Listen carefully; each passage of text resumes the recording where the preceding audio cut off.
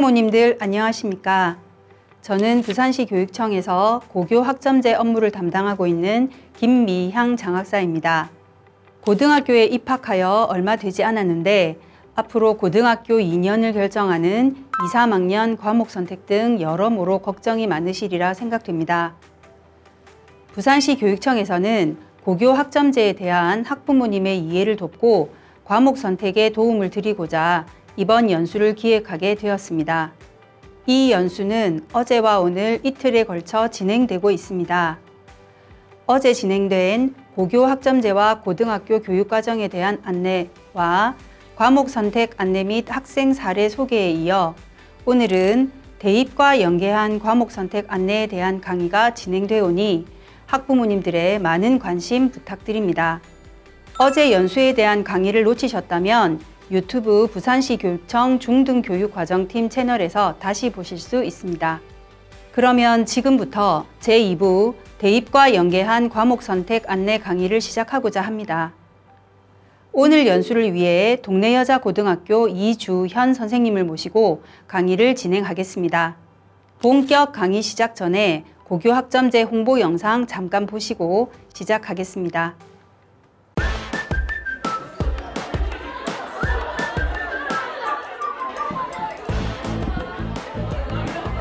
고교 학점제? 고교 학점제 어디까지 아세요? 함께 알아보러 갈까요? 우린 다른데 왜 똑같은 걸 들어야 하죠? 제가 원하는 과목을 들으면 안 되나요? 학생들이 관심 없는 과목을 가르칠 때 동기유발이 정말 어려워요. 제가 하고 싶은 게 뭔지 모르겠어요. 꿈과 적성에 맞는 수업을 듣고 싶어요. 학생이 진로와 적성에 맞는 과목을 듣게 해줄 수는 없을까요? 학생들과 교사들의 고민에 고교학점제가 답합니다. 도대체 고교학점제가 뭐야? 궁금하셨다고요? 간단하게 말해 학생이 자신의 진로, 적성에 따라 과목을 스스로 설계하는 것을 말하는데요. 진로에 맞는 과목 설계로 다양한 수업을 받으며 학점을 쌓아서 졸업하는 제도입니다. 2025년 모든 고등학교에 고교학점제가 전면 시행될 예정인데요. 2022년 사하구가 고교학점제 선도지구로 지정되었습니다. 그럼 고교학점제 선도지구는 뭐예요? 부산시 교육청과 사하구청, 대학교와 유관기관들이 함께 학생들의 진로, 적성에 맞는 고교학점제 운영을 지원하는 것입니다. 전 꿈이 없고 진로도 잘 모르겠어요. 걱정 마세요. 학생 맞춤형 진로 설계 프로그램, 학습 클리닉 프로그램, 지역기관과 연계한 다양한 체험처를 통해 학생들의 꿈과 직업을 함께 찾을 수 있습니다. 그럼 과목 선택은 어떻게 해요? 학교 교육과정이수 지도팀을 통해 학생의 진로에 맞는 과목을 선택합니다. 제가 듣고 싶은 과목이 폐강되면요? 공동교육 과정을 통해 이수할 수 있습니다. 정말 많은 것이 달라지죠? 그래서 교실 환경도 함께 달라집니다. 개별 학습 공간부터 그룹 스터디실까지 카페형 공간에서 온라인과 오프라인을 넘나드는 블렌디드 수업이 가능해집니다. 다양한 과목이 신설되다 보니 가르칠 수 있는 선생님이 더 많이 필요할 것 같습니다. 맞습니다. 그래서 대학과 유관기관을 통해 선생님들의 교과 연수 등이 이루어지며 외부 강사도 지원받을 수 있습니다. 사하키움 고교학점제 선도지구는 부산시 교육청과 사하구청, 고신대, 동아대, 동주대, 신라대, 한국해양대가 함께하고 국가수리과학연구소, 국립해양박물관에서도 다양한 체험형 교육을 만날 수 있습니다. 공부할 수 있는 인프라가 정말 무궁무진하죠? 2022년 새롭게 시작할 고교학점제 사하키움 선도지구, 부산시 교육청과 사하구청이 함께합니다.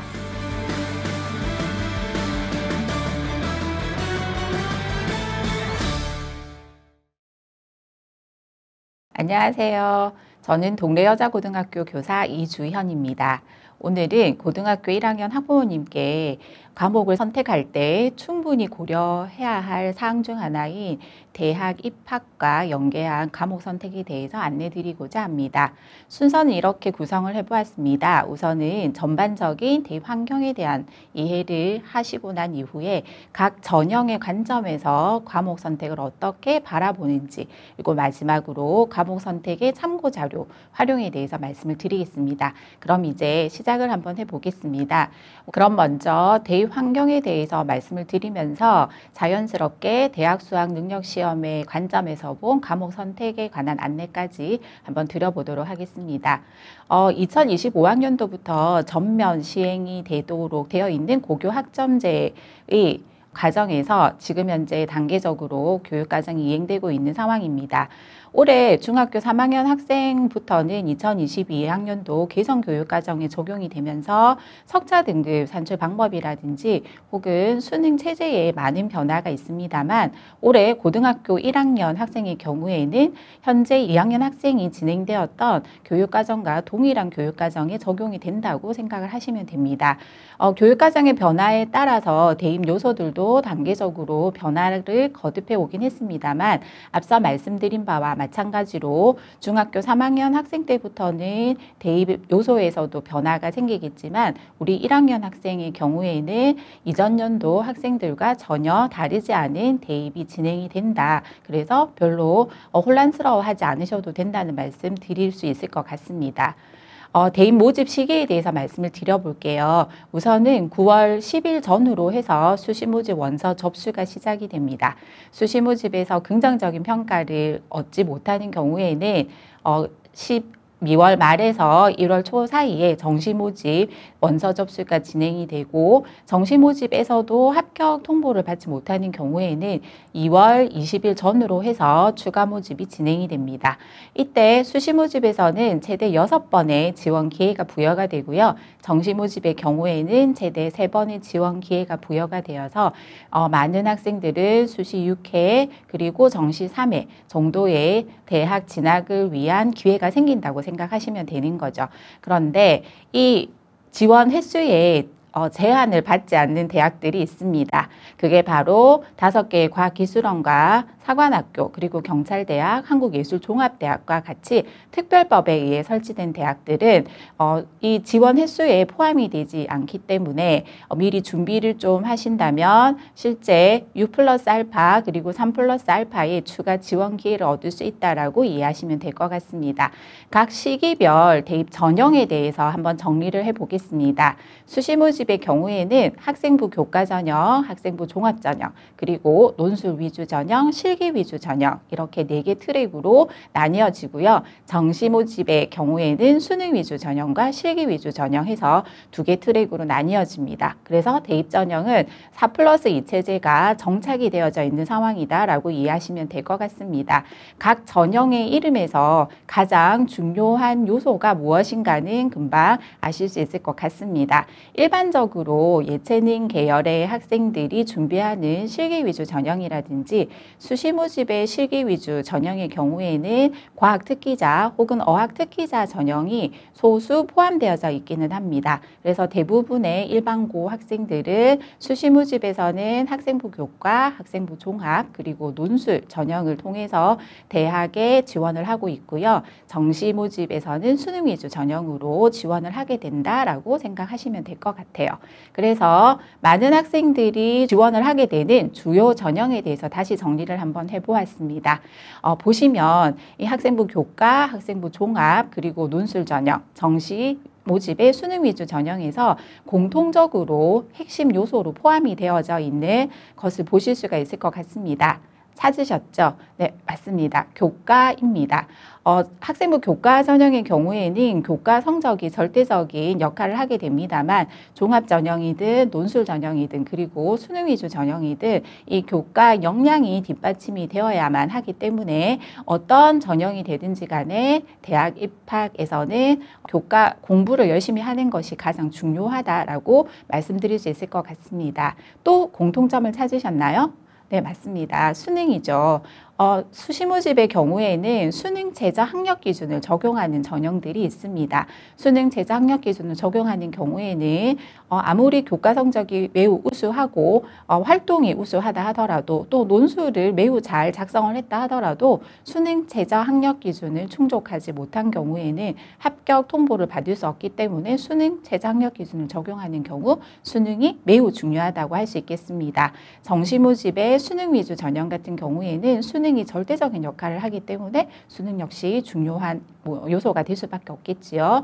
다시 말씀드리면 대학에 진학하는 데 있어서 가장 중요한 부분은 학교 생활 중 대부분을 차지하고 있는 교과 학습에 충실히 그리고 열심히 공부를 하는 것이 최우선이다 라고 말씀드릴 수 있을 것 같습니다. 이 중에서도 학생부 종합전형의 경우에는 교과를 기반으로 한 비교과 활동이라고 하는 것이 또 평가 요소에 포함이 되기 때문에 이 부분에 대해서는 학생부 종합전형을 염두에 둔 입장에서 조금은 준비가 필요한 상황이구나라고 이해하시면 될 것 같습니다.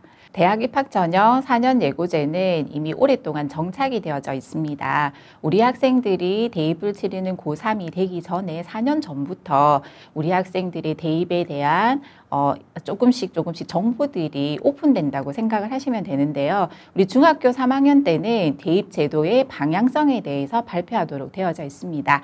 앞서서 말씀드렸다시피 우리 1학년 학생들은 대입 제도가 전혀 달라지지 않잖아요. 그래서 작년 중학교 3학년 무렵에 대학 수학능력 시험이 어느 시점에 실시가 되는지 그리고 시험 범위가 어떻게 되는지에 대해서 다시 한 번 더 확인하실 수 있도록 발표가 되었습니다. 그리고 올해 고등학교 1학년 8월 말이 되면 대입 전형 기본사항이 발표가 됩니다. 대입 전형 기본사항에는 대입에 대한 기본 일정들이 발표가 되게 되어 있습니다.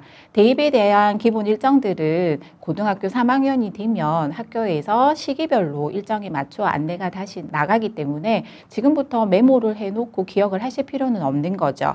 하지만 고등학교 2학년 4월 말에 발표가 되는 대학 입학 전형 시행 계획은 무게감이 좀 다릅니다. 고등학교 2학년 4월 말에는 각 대학별로 대학 입학 전형 시행 계획이 발표되게 되어져 있는데요. 이 대학 입학 전형 시행 계획에는 각 대학별 어떤 전형으로 몇 명의 학생을 어떤 방법으로 선발할지에 대해서 간략하게라도 설명을 하도록 되어져 있습니다.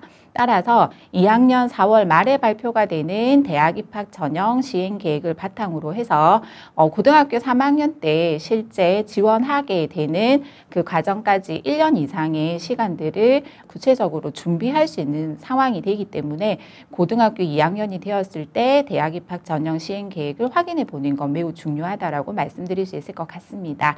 이때 발표된 내용을 바탕으로 해서 3학년이 되면 5월 말에 수시 모집 요강이 그리고 8월 말 9월 초가 되면 정시 모집 요강이 확정 발표되게 되어 있습니다. 그래서 오늘 이 시간을 통해서 잊지 않으셔야지 하는 것은 우리 고등학교 1학년 학생들이 2학년이 되었을 때 2학년 1학기 중간고사가 끝난 즈음일 것 같아요. 그래서 중간고사가 끝이 나고 나면 우리 아이들과 함께 진학을 목표로 하는 대학의 입학처를 방문하셔서 각 대학별로 발표되어져 있는 대학 입학 전형 시행 계획을 반드시 확인하시고 전략을 세우시기 바랍니다. 대학 수학능력 시험 범위는 우리 1학년 학생들을 대상으로 벌써 발표가 되어져 있는 상황이라고 말씀드렸죠. 2022학년도부터 수능이 선택형 수능 체제로 바뀌었습니다. 국어와 수학 영역에서 공통 플러스 선택 체제가 바뀌면서 이 선택 과목들이 국어 영역과 수학 영역에서도 생기게 되었죠. 탐구 영역의 경우에도 이전에는 사회 탐구에서 2개 과목을 혹은 과학 탐구 중에서 2개 과목을 반드시 선택해야지 되는 이런 지정이 있었습니다만 2022학년도 이후에는 사회 과학, 탐구, 계열 구분 없이 2개 과목만 선택해서 수능에서 응시할 수 있도록 체제가 변경되어져 있습니다.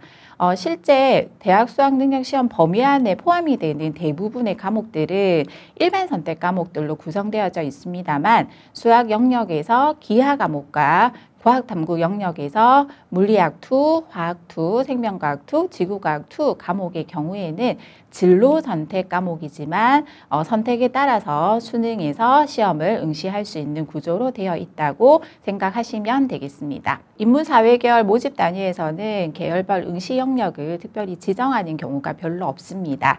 하지만 2026학년도 대학 입학 전형 시행 계획에서 살펴보니 지금 사회탐구를 응시했을 때 가산점을 부여하는 몇 개 대학이 있는 상황이고요. 그 이외에 특정 과목을 선택 과목으로 지정하고 있는 대학들은 별로 보이지 않는 것을 아실 수 있을 것 같습니다. 하지만 자연계열의 상황은 분위기가 많이 다르죠. 2024학년도 대학 대입까지는 수학 같은 경우에는 미적분 또는 기하를 반드시 응시를 하고 탐구 영역의 경우에는 과학, 탐구 두 과목을 반드시 응시해야지만 대학에 지원할 수 있는 지원 자격에 제한을 거는 대학들이 꽤 많이 있었습니다. 하지만 2025학년도 대입에서부터는 이런 부분들이 많이 완화가 되었는데요. 2026학년도 대입에서는 훨씬 더 많은 대학들이 수학에서 특정 과목을 응시해야 된다라고 하는 지정을 폐지하고 탐구 영역에서 과학, 탐구 두 과목을 응시해야 된다는 제한을 폐지하고 있는 상황인 것을 볼 수가 있었습니다. 그래서 2026학년도 대입에서는 서울대학교 그리고 부산대학의 일부 모집 단위 그리고 부산 지역의 동아대 의예과를 제외한 의학학 계열의 경우에만 수학에서는 미적분 또는 기하를 반드시 선택해야 하고 탐구 영역에서는 과학 과목 두 과목을 반드시 선택해서 응시해야지만 대학이 지원할 수 있도록 제한을 두었을 뿐 나머지 대학들은 특별한 과목에 대한 지정이 없는 상황이라는 것을 알 수가 있겠습니다.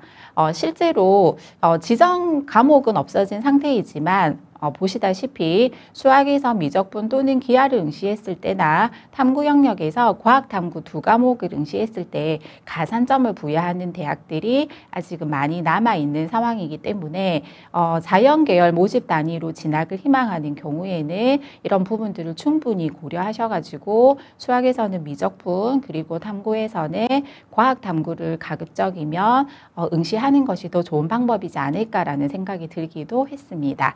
연세대학교 같은 경우에는요, 정시 모집에서는 응시 영역을 지정하지 않았지만 수시 모집에서는 자연계열의 모집 단위 지원을 할 때 수학에서는 미적분 또는 기하를 그리고 탐구 영역에서는 과학, 탐구 두 과목을 반드시 응시해야지 된다라고 하는 제한을 또 걸고 있기 때문에 대학에 따라서 수시 모집과 정시 모집의 분위기가 다른 곳도 있다는 점이죠. 그래서 반드시 2학년 4월 말에 발표가 되는 대학 입학 전형 시행 계획을 통해서 필수 응시 영역이 지정되어져 있는지 그렇지 않은지는 확인해 보셔야 합니다. 부산대학교 같은 경우에는 모집 단위에 따라서 지정이 되기도 하고 그렇지 않은 경우들이 많아서 따로 정리를 한번 해보았습니다.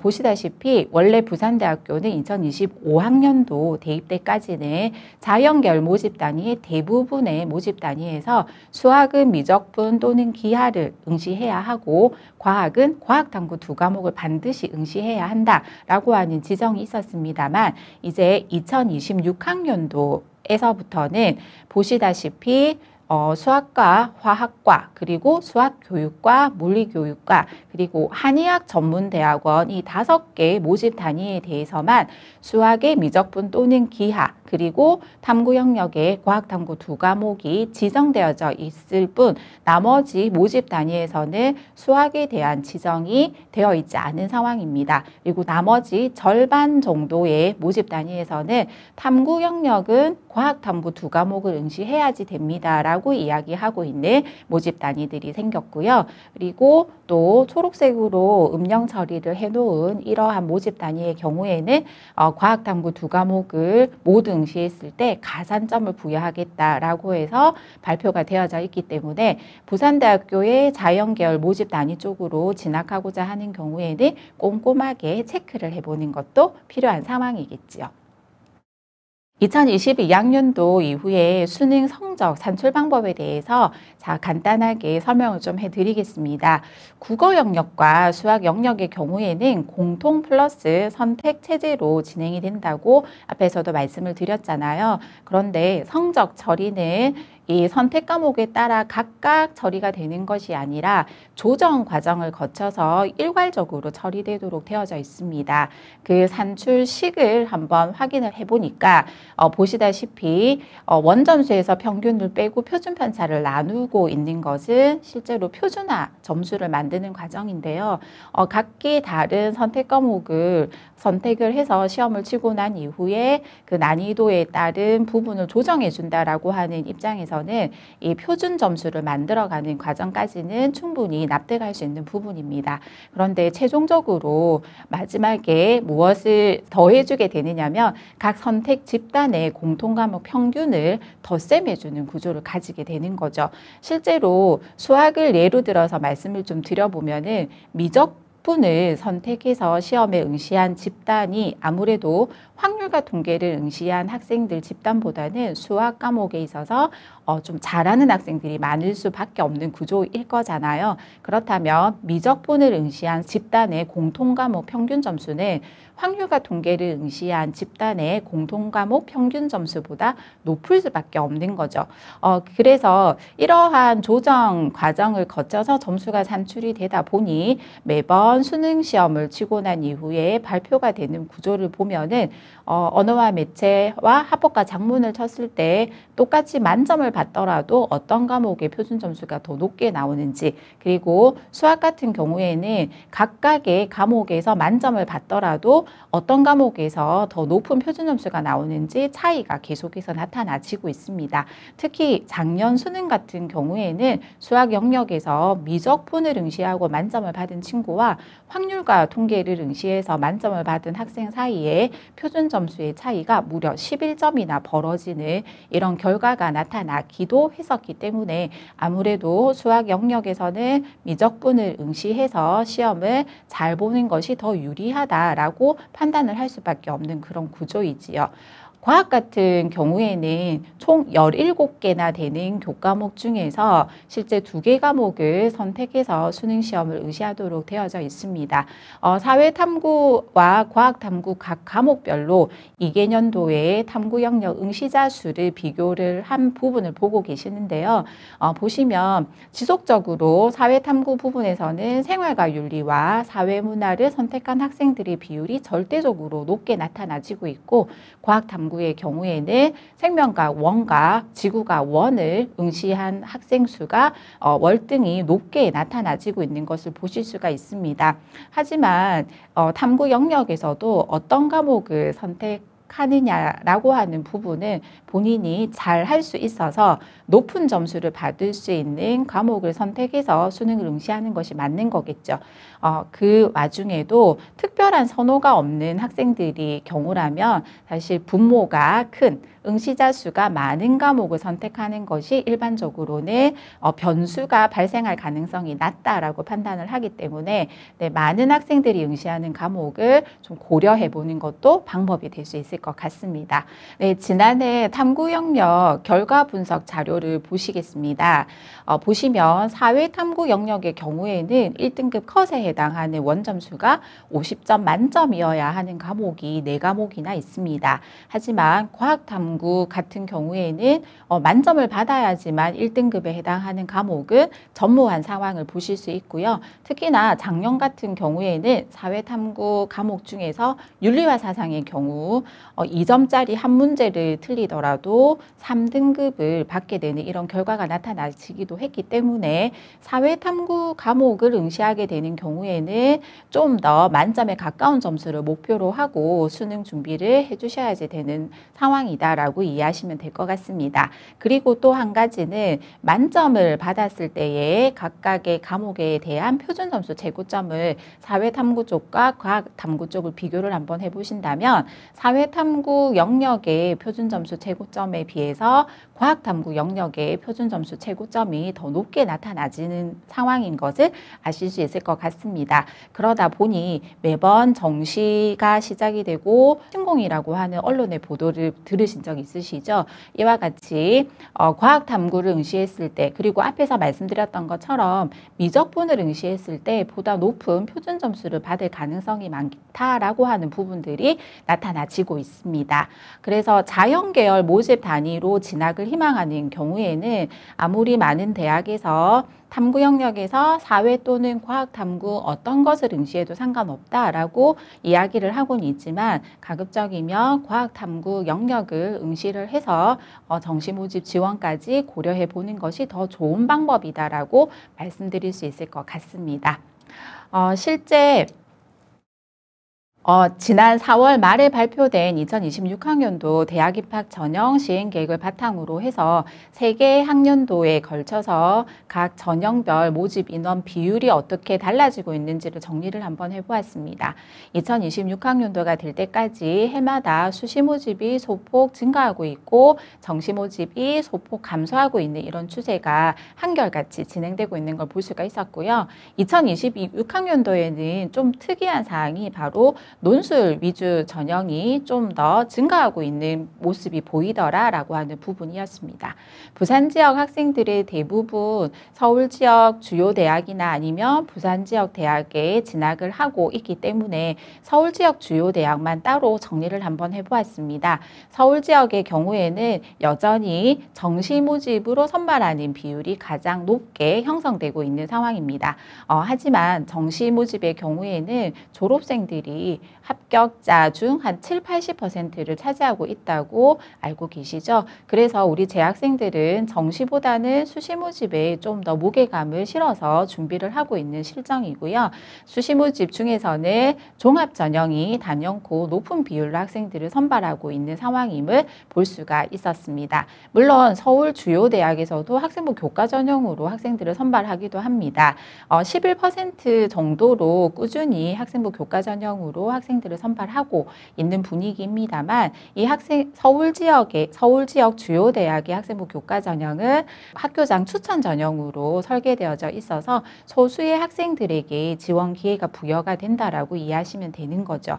그렇기 때문에 서울 지역 주요 대학에 진학하고자 목표로 하는 경우에는 일반적으로 정시 모집 수능 위주 전형이거나 아니면 수시 모집의 학생부 종합 전형을 염두에 두고 준비를 하셔야지 된다고 말씀드릴 수 있을 것 같습니다. 또 부산 지역에는 15개나 되는 대학이 있는데요. 부산 지역 대학을 정리를 한번 해보니 서울 지역 주요 대학과는 확연히 온도 차이가 난다는 것을 아실 수 있을 것 같습니다.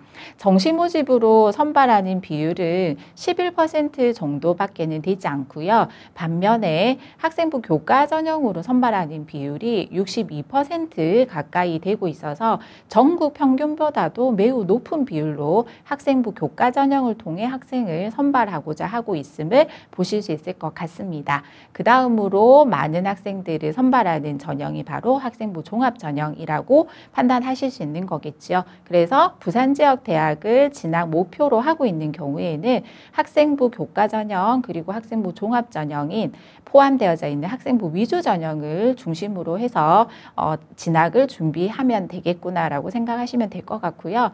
부산 지역에 있는 국립대학 중에 부산대학교나 부산교대는 그래도 상대적으로 정시에 선발하는 비율이 30% 이상 확보가 되어져 있는 상황이지만 나머지 국립대학인 부경대나 한국해양대의 경우에는 20% 전후로 해서 정시로 선발을 하고 있는 분위기이기 때문에 역시 부산 지역 대학 중에서 어떤 대학을 진학하고자 하느냐에 따라서 준비도가 조금은 다를 수 있는 점을 이해하셔야지 될 것 같습니다.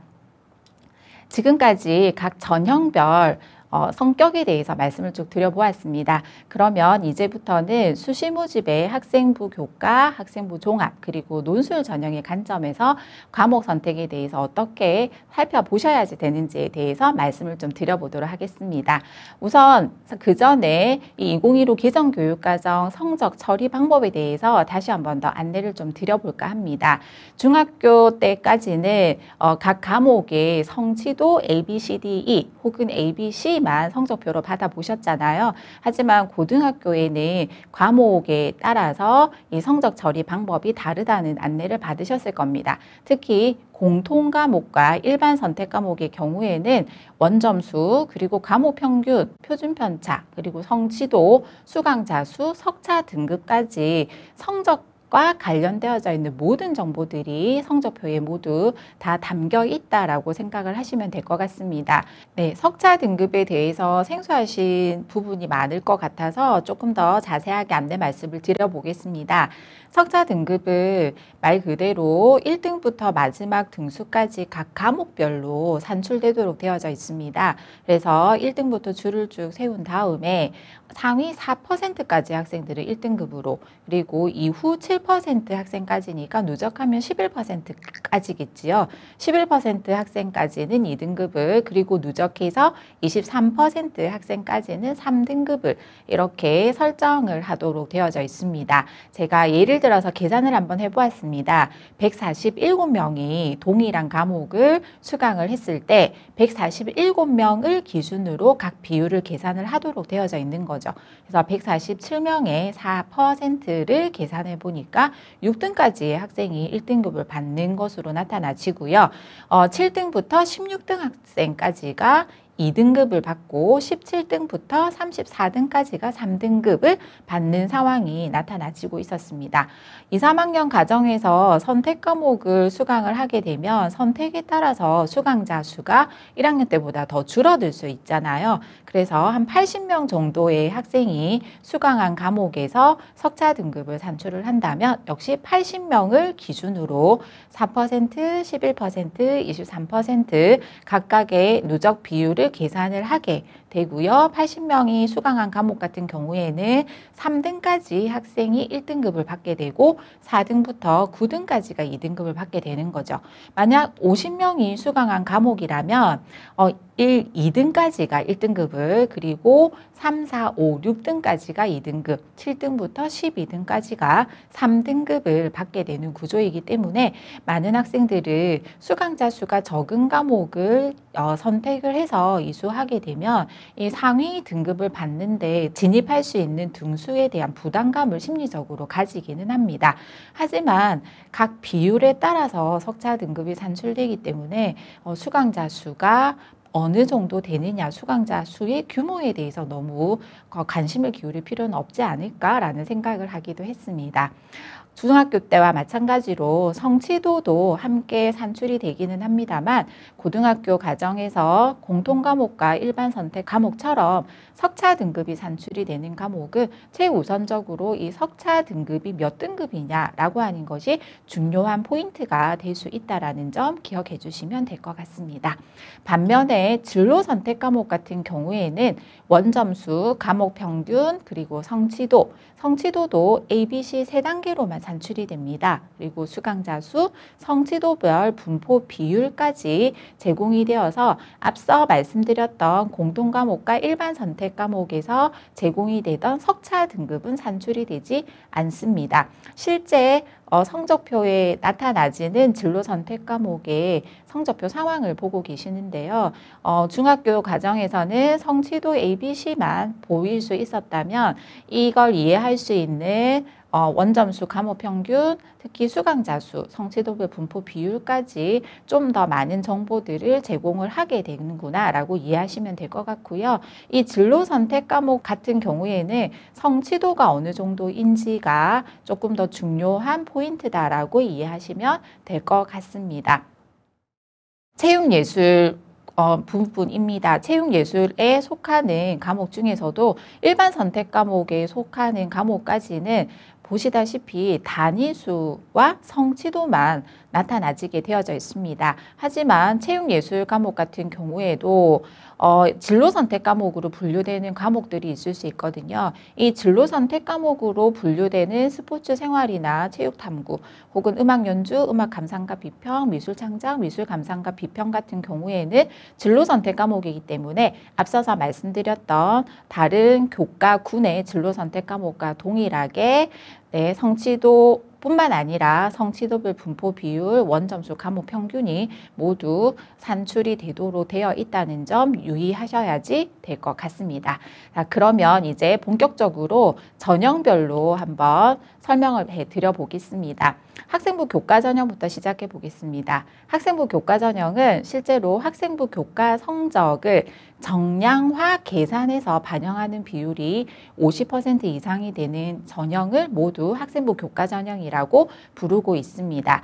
정량화해서 계산을 하기 때문에 학생부 교과 전형에서는 실제 공통과목과 일반 선택 과목에서는 석차 등급이 반영이 되는 거고, 진로 선택 과목에서는 성취도가 반영이 된다라고 이해하시면 되는데요. 예를 들어서 2024학년도 대입에서 중앙대학교에서 활용했던 교과 성적 반영 계산 표를 보시면은 말 그대로 공통과목과 일반 선택 과목에서는 석차 등급에 따라서 몇 점의 환산 점수를 부여할 것인지, 그리고 진로 선택 과목의 경우에는 성취도 A, B, C에 따라서 몇 점의 환산 점수를 부여할 것인지 정해놓고 있는 상황입니다. 다른 대학도 역시 상황은 마찬가지인데요. 2026학년도에 발표되어져 있는 이화여대의 교과 성적 반영 방법도 역시 석차 등급에 따라, 그리고 진로 선택 과목은 성취도 ABC에 따라서 환산 점수가 부여가 되기 때문에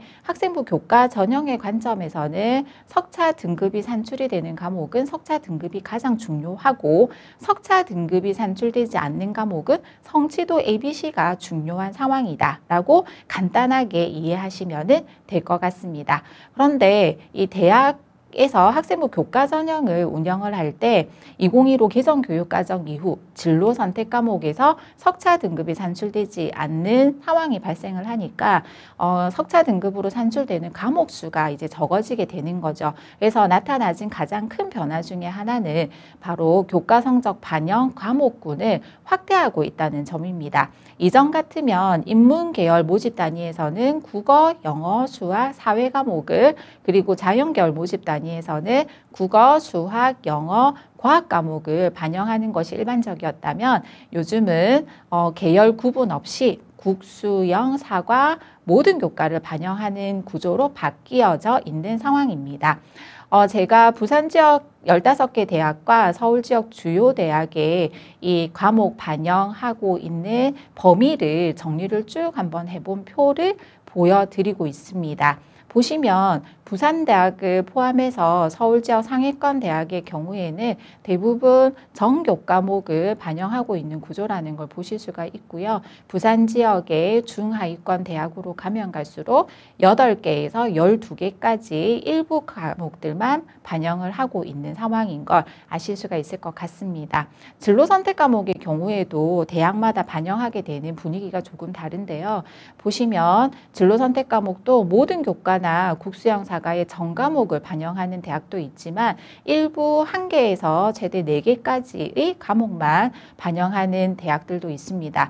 역시 부산 지역에 있는 국립대학을 포함해서 서울 지역의 상위권 대학의 경우에는 전과목을 반영하는 경우들이 많고요. 부산 지역의 중하위권 대학으로 내려올수록 과목 수를 제한해서 한 과목에서 4과목까지의 소수 과목들만 반영을 하고 있는 분위기구나 하는 걸 보실 수가 있습니다. 그리고 진로 선택 과목의 경우에는 대체로 A는 몇 점, B는 몇 점, C는 몇 점, 혹은 A는 몇 등급, B는 몇 등급, C는 몇 등급과 같이 특별한 추가 요소를 고려하지 않고 산출되는 경우들이 많이 있습니다만, 대학에 따라서는 진로 선택 과목에서 산출되고 있는 성취도별 분포 비율을 반영하는 고려대학교와 서강대와 같은 대학들도 있습니다. 고려대학교와 서강대학교는 성취도 ABC뿐만 아니라 이 성취도별 비율도 반영을 하고 있는 구조이기 때문에 너무 높은 비율로 A를 받는 과목에서는 조금 불리함이 나타나질 수도 있는 상황인 거죠. 예를 들어서 고려대학교의 진로 선택 과목 반영 방법을 설명을 좀 드려보도록 하겠습니다. 보시다시피 A를 받는 경우에는 모두 1등급으로 처리를 해주는데, B나 C를 받는 경우부터 계산식이 성취도별 분포 비율을 계산식에 포함을 시켜서 계산을 하도록 되어져 있습니다. 제가 먼저 계산을 조금 해보았더니 사례 1과 마찬가지로 A를 25%, B를 55%, C를 20% 받은 과목의 경우에 성취도 A에 해당하는 경우는 1등급으로 처리를 해주지만, 성취도 B를 받은 학생은 25%까지, 즉 3점 몇 등급에 해당하는 등급에서부터 다시 성취도 B에 해당하는 학생이 등급을 산출하도록 되어져 있는 구조이기 때문에 A가 25%, B가 55% 비율로 산출되었을 때 성취도 B에 해당하는 석차 등급은 4.8등급으로 계산이 되어 버리는 거죠. 극단적으로 사례 4와 같이 A를 80%를 받고 B를 15%, C를 5% 받았던 진로 선택 과목이라고 가정을 한다면은 A를 받은 학생은 1등급으로 처리가 되지만 B를 받은 학생은 80%에 해당하는 석차 등급 위에 성취도 B를 받은 15%를 산출해서 들어가기 때문에 B를 받은 학생은 7.95등급으로 처리를 하게 되어 있습니다. 그러면 고려대학교 같은 경우에는 진로 선택 과목 중에 B를 받는 순간 매우 불리한 이러한 상황이 만들어진다는 걸 이해하실 수 있는 거죠. 그래서 진로 선택 과목의 경우에는 일반적으로 그 반영 비율이 그렇게 높지 않다라고 말씀드릴 수 있지만 지금과 같이 이 성취도별 분포 비율이 반영이 되는 대학의 경우에는 진로 선택 과목에서도 B를 받지 않도록 유지하는 것도 매우 중요하다라고 말씀드릴 수 있을 것 같습니다. 부경대학교 같은 경우에도 진로 선택 과목이 조금 다르게 구성되어져 있습니다. 화면에 보시는 바와 같이 공통 과목의 경우에는 계열 구분 없이 모든 과목들을 다 반영을 하도록 되어져 있습니다만 일반 선택 과목과 진로 선택 과목 같은 경우에는 계열 구분이 이루어져 있습니다. 그래서 인문계열 같은 경우에는 국수, 영사 과목을 중심으로, 자연계열 같은 경우에는 국수, 영과 과목을 중심으로 반영을 하도록 되어 있고요. 2026학년도에는 부경대학교에서 무전공제로 선발하는 그 모집 단위가 또 신설이 되어져 있는 상황이거든요. 그러한 경우 공통 계열로 구분을 해서 공통 계열에서는 국어, 영어, 수학, 사회, 과학 전 과목을 반영하는 것으로 발표가 되어져 있는 상황입니다. 진로 선택 과목에 산출하는 방법을 보시면은 실제로 자연계열 모집 단위를 준비하는 학생들이 가장 많이 이수하고 있는 기하 과목이라든지 혹은 과학 탐구 투 과목의 경우에는 1.5점의 가중치를 부여하고 나머지 진로 선택 과목의 경우에는 가중치 없이 진행이 되는 구조입니다. 그래서 최종적으로 인문사회계열이나 예체능계 같은 경우에는 진로 선택 과목의 점수를 다 산출했을 때 5점 이상이 되면 최종적으로 전체 계산이 되는 등급에서 마이너스 0.2등급을 해주는 구조를 가지고 있고요. 자연계열 모집 단위의 경우에는 진로 선택 과목의 점수가 8점 이상이 되는 경우에는 마이너스 0.2등급을 해주는 구조, 그리고 공통계열 모집 단위의 경우에는 7점 이상이 되는 경우에 마이너스 0.2등급을 산출해주는 구조를 가지고 있습니다. 제가 미리 계산을 한번 해보았거든요. 인문계열 학생 중에 고전 읽기, 진로 영어, 여행지리, 고전과 윤리와 같은 진로 선택 과목 4과목을 이수를 해서 성취도를 모두 A를 받은 경우에 이수 단위와 점수 계산 방법에 의해서 계산을 산출해 보니 약 진로 선택 과목의 점수가 6.4점으로 산출이 되더라고요. 그런데 진로 선택 과목을 3과목만 들은 경우에는 인문계열의 최종적인 진로 선택 과목이 4.8점으로 계산이 되거든요. 따라서 인문사회 계열 모집 단위로 지원을 하는 경우에는 최소 4개 이상의 진로 선택 과목을 A를 받았을 때 마이너스 0.2등급이라고 하는 점수 혜택을 받을 수 있는 구조라고 이해하시면 될 것 같습니다.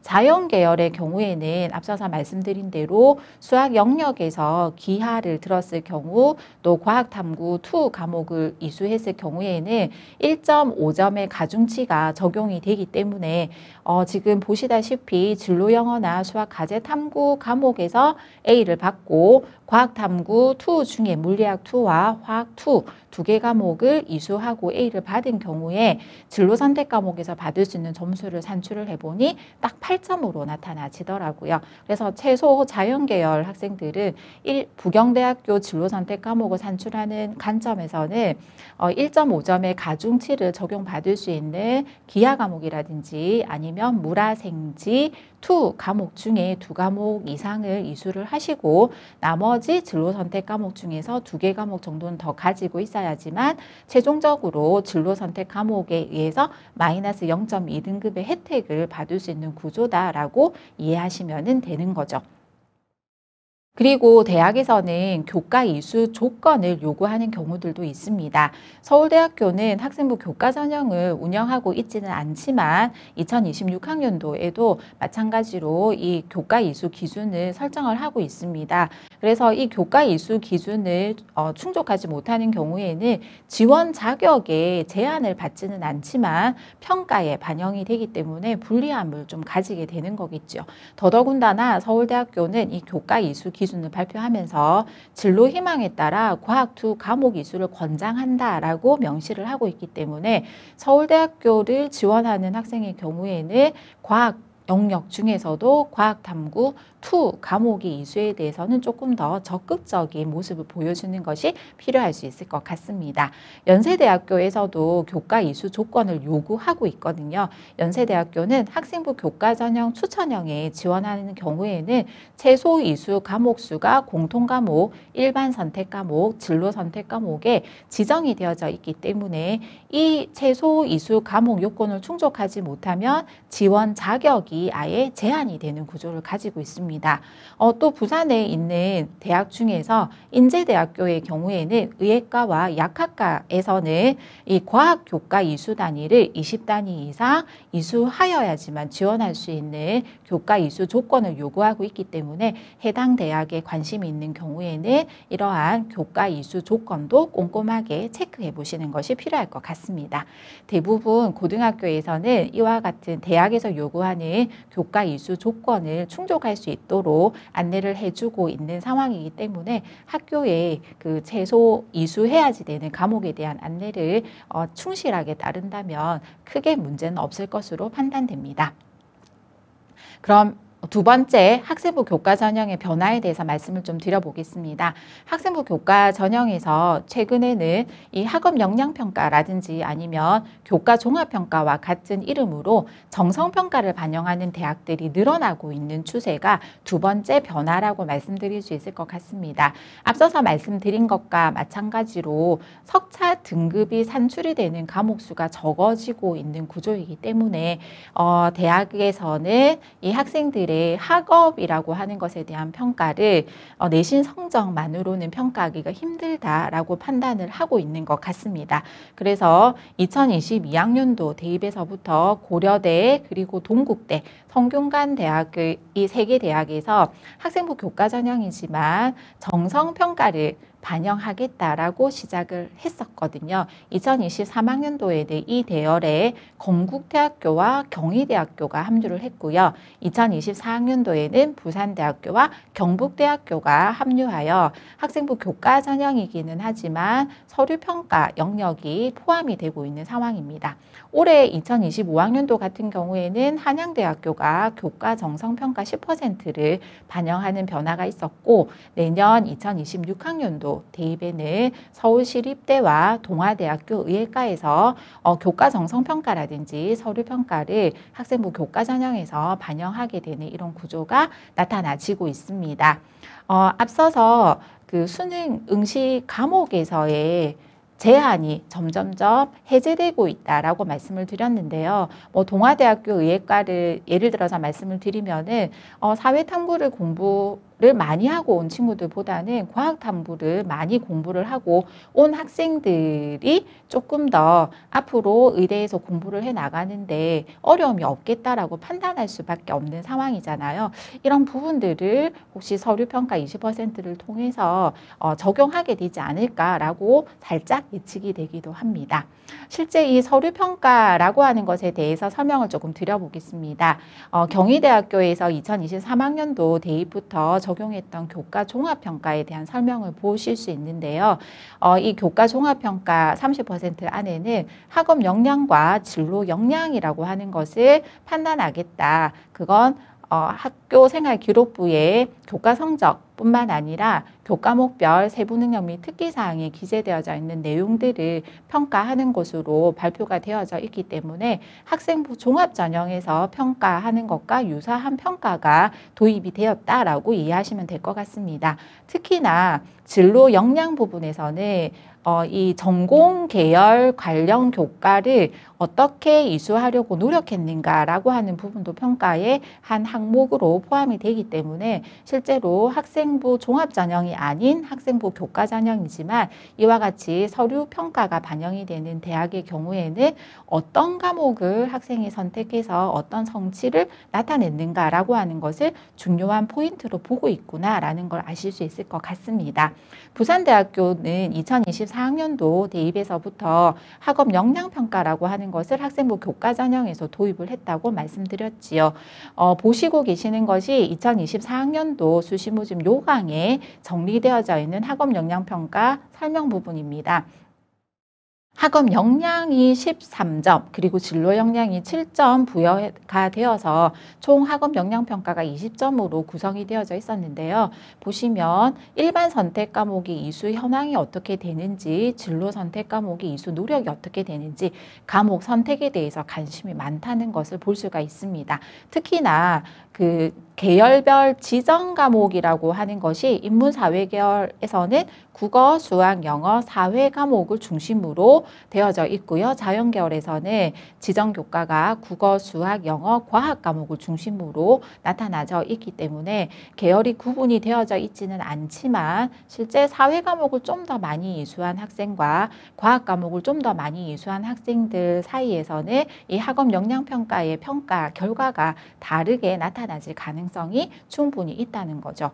부산대학교에서는 세부 능력 및 특기 사항을 읽어가면서 학생부 종합 전형과 같은 평가를 하지는 않겠다라고 발표가 되어져 있는 상황입니다.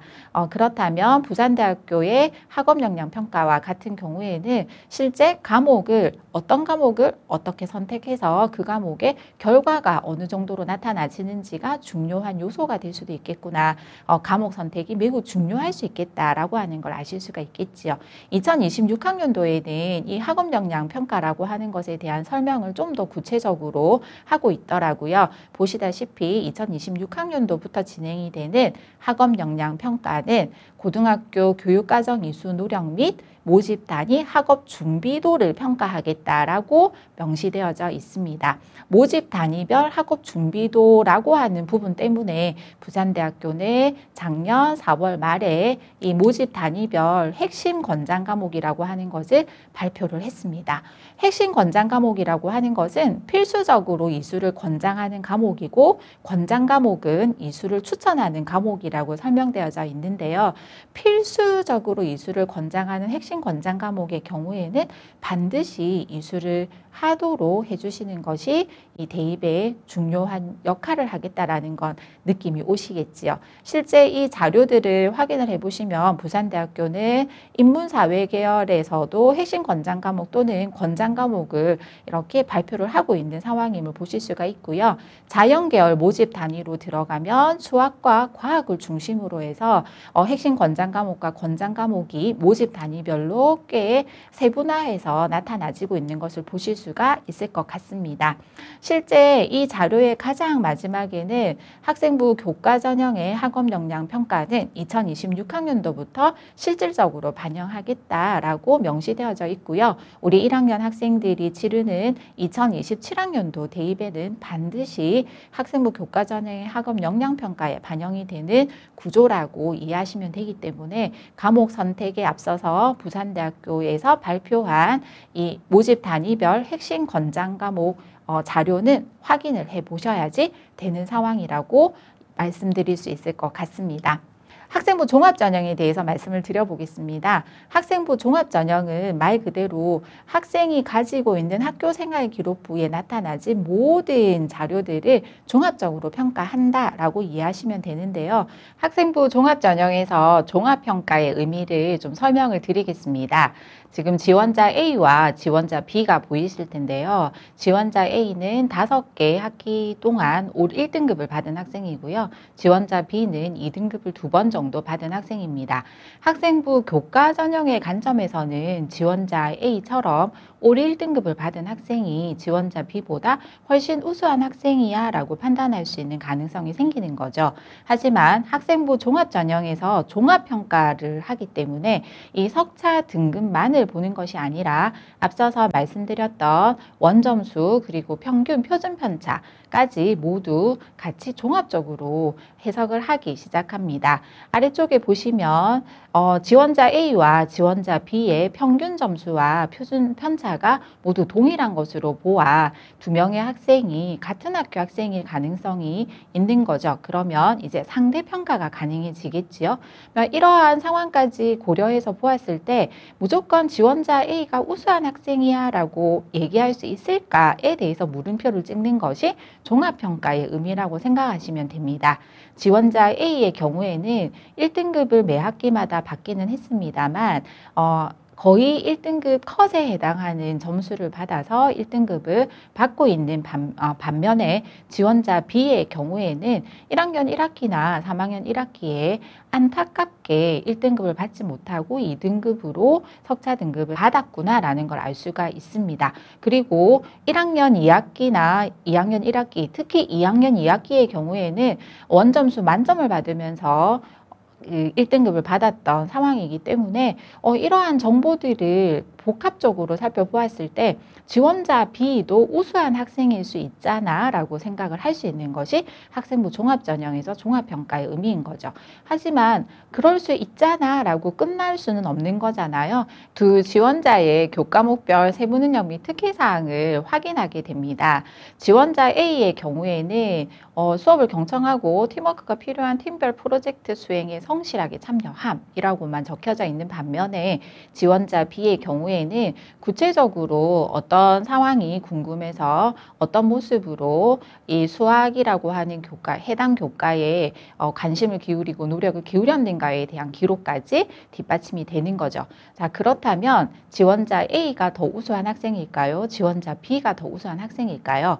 네, 학생부 종합전형에서는 지원자 B가 지원자 A에 비해서 더 우수한 학생이 될 수 있다라고 하는 부분이 바로 학생부 종합전형의 종합평가의 의미라고 생각해 주시면 될 것 같습니다. 실제 지금 현재 많은 대학에서는 연세대를 포함한 5개 대학에서 공동연구 자료로 발표했던 학생부 종합전형 평가 요소 3가지를 활용을 하고 있습니다. 학업 역량, 진로 역량, 공동체 역량인데요. 그중에 우리 학생들의 과목 선택과 밀접한 연관성이 있는 평가 요소는 학업 역량과 진로 역량이라고 말씀드릴 수 있을 것 같습니다. 우선 학업 역량부터 살펴보도록 하겠습니다. 학업 역량 중 학업 성취도라고 하는 부분은 실제 학생들이 이수한 교과목에서 어떤 성취를 얻었는가라고 하는 부분이기 때문에 일반 선택 과목과 공통 과목의 경우에는 정보로 제공되어져 있는 모든 것들이 다 평가에 활용이 된다고 생각을 하시면 되는 거죠. 그래서 실제 학생부 교과 전형에서는 석차 등급만을 확인을 했다면 이 학생부 종합전형에서는 그 과목의 수강자 수가 몇 명이고 그 수강자 수를 기준으로 했을 때 평균이 어느 정도 되는 과목에서 어느 정도의 원점수를 받았는가, 표준 편차는 어느 정도인가 이런 것들을 복합적으로 판단을 하게 되고요. 진로 선택 과목의 경우에도 실제 학생부 교과 전형에서는 성취도 ABC가 중요한 부분이었다면 학생부 종합전형에서는 어느 정도 평균을 가지고 있는 과목에서 원점수를 몇 점 정도를 받았는가, 그리고 성취도별 분포 비율이 어느 정도였는가, 특히 수강자 수는 몇 명 정도였는가 라고 하는 것을 복합적으로 살펴볼 수밖에 없는 거죠. 실제로 진로 선택 과목이 80점 이상만 받으면 A를 받을 수 있는 구조이긴 합니다만 80점을 받고 A를 받는 학생과 100점 만점을 받고 A를 받는 학생이 똑같은 A라고 판단할 수는 없잖아 라고 생각하는 것이 학생부 종합전형 전형이라고 생각하시면 될 것 같아요. 그리고 학업 태도나 탐구력에 해당하는 부분들은 바로 각 교과목별 세부 능력 및 특기 사항을 통해서 학생들을 파악하고 있는 것이 학생부 종합 전형에서 평가하는 학업 역량이다라고 생각하시면 될 것 같습니다. 두 번째 진로 역량 부분입니다. 진로 역량에서는 그야말로 우리 학생들이 어떤 과목을 선택을 해서 공부를 어떻게 했느냐라고 하는 부분들을 집중적으로 살펴보게 된다라고 하는 것을 아실 수 있을 것 같고요. 마지막으로 진로 탐색 부분이 어떤 모습으로 이루어졌는가까지 살펴보기 때문에 실제로 학생의 과목 선택이라고 하는 것이 매우 중요하고, 그렇기 때문에 학교에서 어떤 교육과정을 편성해서 운영하고 있는가라고 하는 부분이 학생부 종합전형의 평가에는 매우 중요하다라고 대학에서는 이야기를 하고 있습니다. 따라서 학생부 종합전형의 준비는 바로 과목 선택에서부터 시작하는 거라고 말씀드릴 수 있을 만큼 매우 중요한 부분이기 때문에 학생부 종합전형의 관점에서 과목 선택을 설계하실 때는 꼼꼼하게 체크해 보시는 것이 필요할 것 같습니다. 이러한 과목 선택이 얼마나 중요하면 서울대학교에서는 2021년도부터 이 각 전공 연계의 교과 이수 과목에 대해서 발표를 하고 있습니다. 지금 지난달 4월 말에 2026학년도 대입을 기준으로 해서 전공 연계 교과 이수 과목을 역시 서울대학교에서 핵심 권장 과목과 권장 과목으로 나누어서 발표를 하고 있는데요.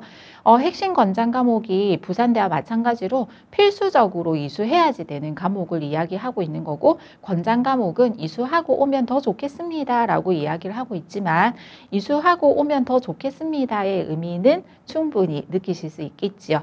실제 서울대학교에서 발표된 전공 연계 이수 교과목을 확인을 해보면은 경제학부, 인문계열 모집 단위 중에는 경제학부에서 미적분 또는 확률과 통계를 권장 과목으로 발표하고 있는 것 외에는 다른 모집 단위에서는 이 핵심 권장 과목을 말하고 있지 않습니다. 하지만 자연계열 모집 단위로 넘어가 보면은 역시 수학과 과학 과목을 중심으로 해서 핵심 권장 과목과 권장 과목을 꽤 많이 세분화해서 발표를 하고 있고요. 특히 공과대학 쪽을 확인을 한번 해보시면 물리학 2라든지 기하, 그리고 권장 과목에서 확률과 통계가 계속해서 언급이 되고 있는 상황인 것을 보실 수가 있습니다. 그래서 학생부 종합전형을 염두에 두고 있는 경우라면 이 서울대학교에서 발표한 전공 연계 교과 이수 과목에 대해서 눈여겨보시고 과목을 선택하실 수 있어야지 될 것 같습니다. 서울대뿐만 아니라 서울 지역의 상위권 대학 중 경희대학교를 포함한 5개 대학에서 작년에 자연계열 전공 학문 분야의 교과 이수 권장 과목을 역시 핵심 과목과 권장 과목으로 나누어서 발표를 해두었습니다. 해당 내용은 5개 대학의 입학처를 방문하시면 부모님께서도 리플렛 으로 확인하실 수 있는데요. 역시 자연계열 모집 단위를 기준으로 해서 핵심과 권장 과목을 안내를 하고 있기 때문에 수학과 과학 과목에 세분화해서 각 모집 단위별로 안내되어져 있는 것을 확인하실 수 있을 것 같습니다. 마찬가지 공과대학의 경우에는 물리학 2까지 이수하는 것에 대해서 계속해서 권장하고 있는 분위기를 알 수가 있고요. 아까 앞서서 서울대학교에서도 보셨다시피 수학 과목의 확률과 통계라고 하는 과목에 대해서도 계속해서 언급이 되고 있는 상황이구나 라고 하는 걸 보실 수 있기 때문에 역시 자연계열 모집 단위에 진학하고자 하는 학생의 경우에는 과목 선택에 있어서 이와 같은 자료들을 충분히 활용하시고, 수학 같은 경우에는 보다 넓은 범위로 기하 과목과 확률계 통계 과목까지 이수를 고려하시는 것을 권장해 드릴 수 있을 것 같고요. 과학 과목 같은 경우에는 각 모집 단위별로 권장되어져 있는 2 과목까지 이수하는 것이 필요한 상황이다라고 생각하시면 될 것 같습니다.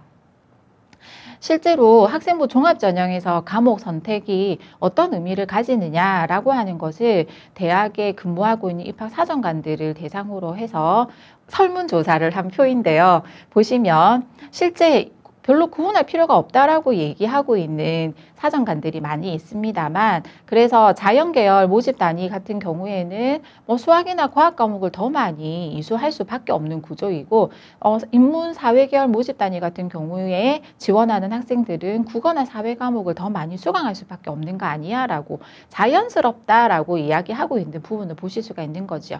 하지만 자연계열 모집 단위 같은 경우에는 수학이나 과학 과목이 가지고 있는 특성 때문에 위계에 맞는 과목 선택이 매우 중요할 수밖에 없다라고 하는 공통적인 입장들을 내고 있습니다. 그래서 학교에서 과목 선택을 안내하실 때 수학과 과학 과목의 위계를 설명하시는 부분들을 잘 귀담아 들으시고 이 위계를 잘 지켜서 지원 학과에 맞는 과학 2 과목까지 이수 노력을 기울여 주는 것이 필요할 것 같습니다.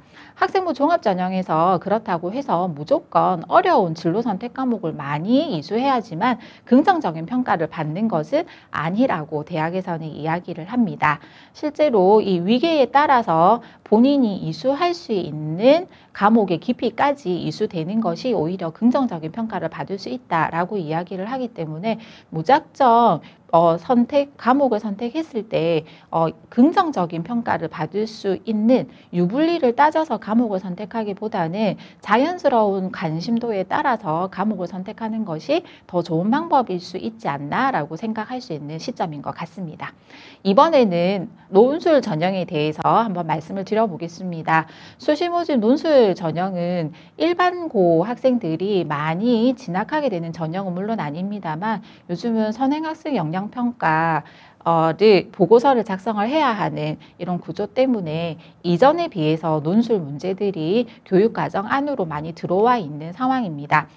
실제 논술 전형에서는 논술 실력이 가장 중요한 부분이다라고 말씀드릴 수 있는데요. 부산대학교 2026학년도 논술 전형의 경우에 학생부 교과 30%를 반영을 하도록 되어져 있습니다만 이 학생부 교과 성적을 반영하는 산술식을 보시면은 1등급부터 6등급까지의 점수 차이는 5점밖에 나타나지 않는 거죠. 그래서 실제로 논술 한 문제당 30점 정도의 배점을 가지고 있기 때문에 논술 전형은 논술이 제일 중요한 전형이다라고 이해하시면 될 것 같습니다. 근데 자연계열 모집 단위의 경우에는 이 논술에 출제가 되는 수학이나 과학의 출제 범위가 이렇게 정해져 있는 경우들이 많이 있습니다. 그렇다면 논술이라고 하는 전형을 염두에 두고 대학 진학을 준비하는 입장이라면 이 각 대학의 논술 시험에서 수학이나 과학의 출제 범위가 어떻게 되는지를 확인해 보는 것을 중요한 역할을 하게 되겠지요. 보시다시피 많은 대학들이 특히 서울 지역의 상위권 대학들은 수학에서 미적분, 기하 그리고 확률계 통계까지 모두 출제 범위로 설정되어져 있는 대학들이 많이 있고요. 부산에 있는 부산대학 같은 경우에는 확률과 통계는 출제 범위에서 제외가 되지만 미적분과 기하까지는 실제 출제가 되고 있는 구조이기 때문에 이런 것을 생각을 한다면 조금 더 많은 수학 과목을 이수하는 것도 필요한 상황이다라고 말씀드릴 수 있을 것 같습니다. 과학 과목이 논술 시험으로 출제가 되는 이러한 대학들은 이제 소수 대학들이 남았고요. 의학과 계열을 중심으로 한 몇 개 대학이 남아있는 상황입니다. 이 중에 또 과학 2까지 포함하고 있는 대학들도 일부 있기 때문에 이런 대학을 생각을 하는 경우에는 과학탐구 2 과목까지 꼼꼼하게 준비를 하는 것도 필요하구나라는 것을 생각하셔야지 되겠지요. 실제 정시모집에서도 이제는 학생부 성적이라든지 학교생활 기록부를 반영하는 그런 대학들이 조금씩 늘어나고 있습니다.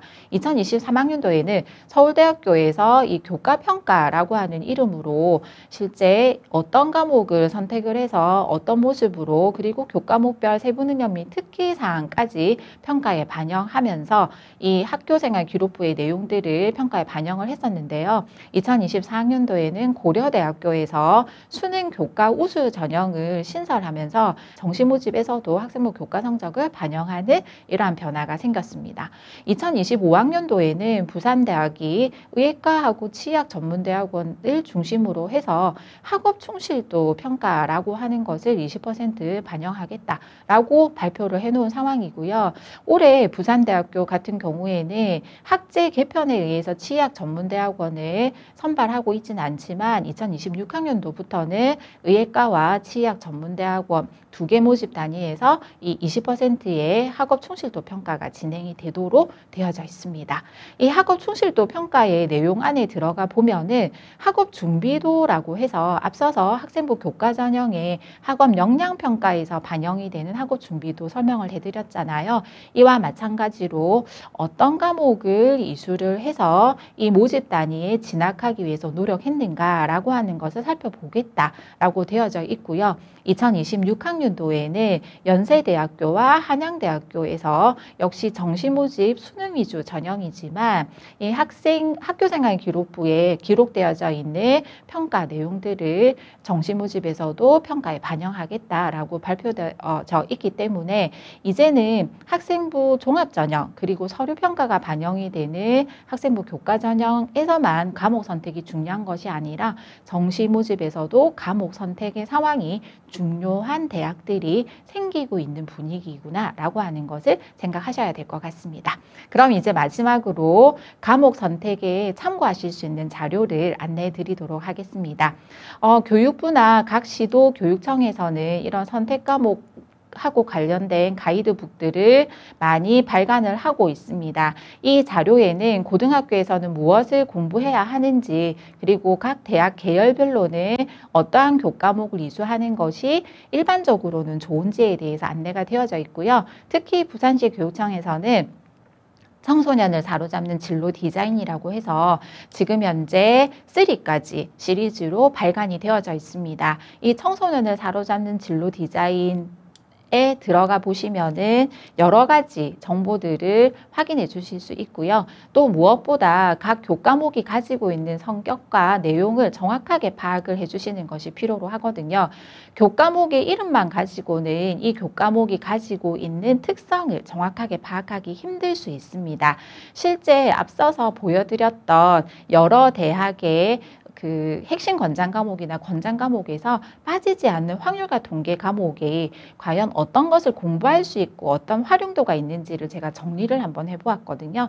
그랬더니 확률과 통계는 특정 어떤 모집 단위뿐만 아니라 특정 전공뿐만 아니라 경제 경영학을 포함한 인문사회 계열까지 그리고 자연 계열의 대부분의 전공에서 실제 도구적 수단으로 활용도가 가장 높은 교과목으로 설명이 되어져 있습니다. 그렇기 때문에 자연 계열의 많은 모집 단위에서 확률과 통계도 고등학교에서 공부를 하고 오면 대학 과정에서 공부를 이어나가는 것이 훨씬 더 수월할 수 있기 때문에 핵심 또는 권장 과목으로 권장하고 있는 상황이구나 라고 하는 걸 알 수가 있었고요.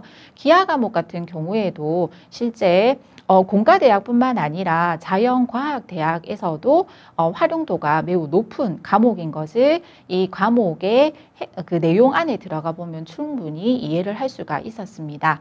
또한 수학 과목 같은 경우에도 심화 수학이라든가 고급 수학이라고 하는 이름만 보면 매우 어려운 과목들이구나 라고 생각할 수 있지만 심화 수학의 경우에는 기존에 공부했던 수학 1, 수학 2, 미적분, 확률과 통계, 기하 과목들을 압축해서 다시 한 번 더 복습하는 성격을 가지고 있는 교과목이라면 고급 수학 같은 경우에는 고교 교육 과정을 조금 넘어서는 이러한 내용들을 가지고 있는 과목이기 때문에 과목 면만 보고는 저희가 판단하기가 어려울 수 있다는 거죠. 그래서 여러 자료들을 통해서 그 교과목의 내용이 어떻게 진행이 되는지 그 교과목에서 어떻게 활용을 해볼 수 있는지에 대한 정보까지 꼼꼼하게 체크를 하시고 과목을 선택하셔야지 된다는 점 말씀드릴 수 있을 것 같습니다.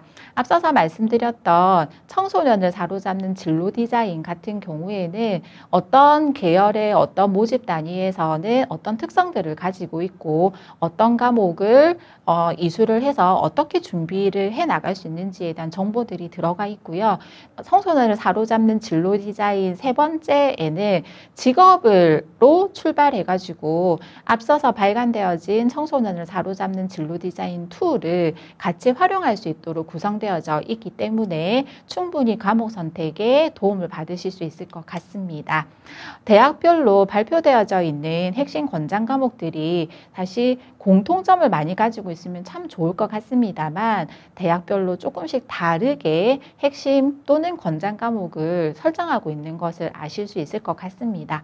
그래서 서울대학교와 부산대학교만 단순하게 비교를 해보더라도 서울대학교에서는 핵심으로 가지고 있는 과목이 부산대학교에서는 핵심이 아니고 권장 과목으로 분류되어져 있는 경우까지도 있습니다. 그렇기 때문에 나중에 지원의 상황에 있어서 고3이 되어서 대학에 지원을 하는 상황에서 선택의 폭을 넓히기 위해서는 여러 대학들의 이 권장 과목의 상황을 한번 확인을 해보시고 좀 더 많은 교과목들을 이수할 수 있는 상황으로 만들어 놓는 것이 좋은 방법일 수 있다라고 말씀드릴 수 있을 것 같습니다. 그리고 대학에서도 선택 과목에 도움을 주기 위한 이러한 가이드북 혹은 진로 가이드북이 계속해서 발간이 되고 있습니다.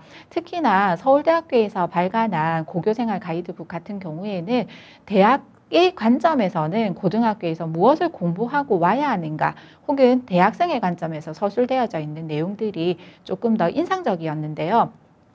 보시면 그 한 예를 들어 보여드리면은 이 2015 기존교육과정에 따른 고교생활 가이드북 안에 사학과 학생이 쓴 글을 보고 저는 꽤 좀 놀라웠습니다. 사실 사학과 역사를 공부하고자 하는 학생이라면 역사와 관련된 교과목을 많이 이수하는 것이 좋지 않을까라고 생각하기 마련인데 이 학생이 기록한 기록물에 보면은 경제학 이론을 한국사에서 활용하고 싶다면 실용경제를 이수하는 것이 더 자연스러운 부분이고 한국의 철학사 연구를 해보고 싶다라고 한다면은 윤리와 사상을 이수하는 것이 더 좋은 방법이지 않나. 또 지리학을 활용한 한국사 연구를 해보고 싶다면 동아시아사나 세계사와 같은 역사와 관련된 교과목보다는 한국 지리를 이수하고 공부하는 것이 더 바람직할 수 있다라는 이야기를 하고 있더라는 거죠.